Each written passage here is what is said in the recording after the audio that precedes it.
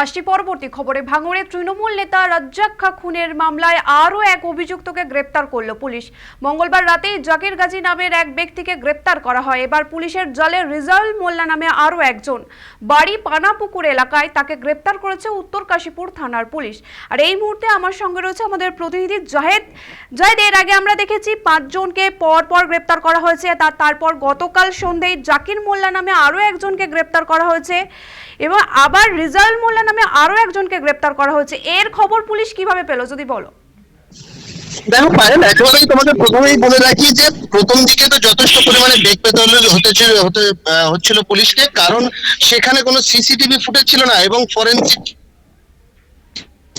নিয়ে সেখানে তল্লাশি চালানো এবং পুলিশের কুকুর নিয়ে সমস্ত জায়গায় যে এই ইনভেস্টিগেশনের পরে কিন্তু যথেষ্ট পরিমাণে বেগ পেতে হয়েছে পুলিশকে। এবং তারপরে যখন মোফাজ্জল মোল্লাকে প্রথম সন্দেহজনক ভাবে পুলিশ গ্রেপ্তার করে এবং তাকে জিজ্ঞাসাবাদের পরেই কিন্তু পরপর একেবারে 3 জন এবং সেই 3 জনকে গ্রেপ্তার করে মোবাইল ফোনের টাওয়ার লোকেশন থেকে জাহান আলী খান এবং রাজু মোল্লা এই 3 জনকে গ্রেপ্তার করে এবং তাদেরকে বারুইপুর আদালতে পেশ করার পরে তাদের 14 দিনের জন্য পুলিশ হেফাজতে চাওয়া হয়েছিল, কিন্তু মহামান্য আদালত তাদের 8 দিনের পুলিশ হেফাজত দেয়।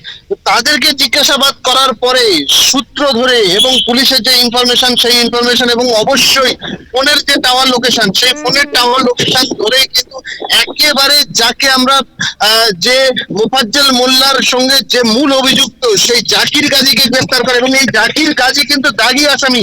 পুলিশের খাতায় তার নামে একাধিক মামলা রয়েছে এবং সে 10 বছরের জন্য একটি মামলাতে 10 বছরের জন্য জেলও খেটে এসেছে, এমনটাও কিন্তু পুলিশ সূত্রে আমরা জানতে পেরেছি। এবং তাকে ভাড়া করে এনেছিল মোফাজ্জল এবং পয়সা দিয়ে এই যে খুন করার জন্য তাকে যে ভাড়া করে এনেছিল তাতে কিন্তু যথেষ্ট পরিমাণে উত্তেজনা আরো বেড়ে গেছে। এবং এখানে যে বন্দুক এবং যে চপার ব্যবহার করা হয়েছে সেই বন্দুক এবং চপারও কিন্তু এই যে জাকির গাজী সেই দাগি আসামি দাগি ক্রিমিনাল সেই জাকির গাজী নিয়েছিল এবং তাকেও কিন্তু পুলিশ সূত্রে আমরা যেটা সূত্র মারফত জানতে পারছি মোবাইল টাওয়ার লোকেশন করেই কিন্তু তাকে ধরা হয়েছে এবং এই জাকির গাজীকে একেবারে টাকার বিনিময়ে নিয়েছিল এবং ভাঙড়ের যে নারায়ণপুর এলাকা সেই নারায়ণপুর এলাকা থেকেই তাকে গ্রেপ্তার করে পুলিশ। এবং গভীর রাতে আরো একটি ইনফরমেশন পায় পুলিশ যে সেখানে এই ঘটনার সাথে জড়িত রিয়াজুল মোল্লা যার বাড়ি পানাপুকুর এলাকায় তাকেও কিন্তু গ্রেপ্তার করেছে পুলিশ। এবং মোট এ পর্যন্ত একেবারে এই খুনের ঘটনায় ভাঙড়ে এই খুনের ঘটনায় কিন্তু 7 জনকে গ্রেপ্তার করেছে। সুতরাং এখনো প্রশ্ন থেকে যাচ্ছে কি পুলিশ যখন প্রথম দিকে বলেছিল অনুমান করেছিল যে 4 থেকে 5 জন, সেখানে বেড়ে দাঁড়িয়ে এখন 7 জন। আরো কি এর সাথে জড়িত আছে আর কে জড়িত আছে বা সেই তদন্ত কিন্তু এখনো পুলিশ চালিয়ে যাচ্ছে এবং এর সঙ্গে আর যারা জড়িত আছে তাদেরকে অবিলম্বেই পুলিশ গ্রেপ্তার করবে বলে জানিয়েছে। ধন্যবাদ জাহেদ। যেমনটা জানালো আমাদের প্রতিনিধি যে মূল চক্রী মোফাজ্জল সহ 5 জনকে জিজ্ঞাসাবাদ করে পুলিশ জানতে পারে জাকিরের নাম। তারপরে পুলিশ বিভিন্ন জায়গায় অভিযান চালিয়েও জাকিরের খোঁজ পাচ্ছিল না। পরে তার মোবাইল টাওয়ারের লোকেশন দেখেও আত্মীয়রা জেরা করেই মঙ্গলবার সন্ধ্যায় তাকে গ্রেপ্তার করা হয়।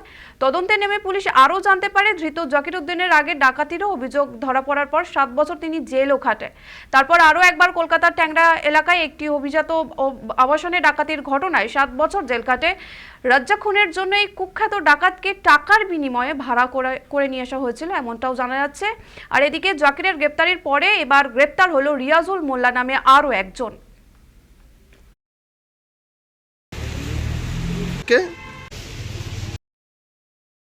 কি করলেন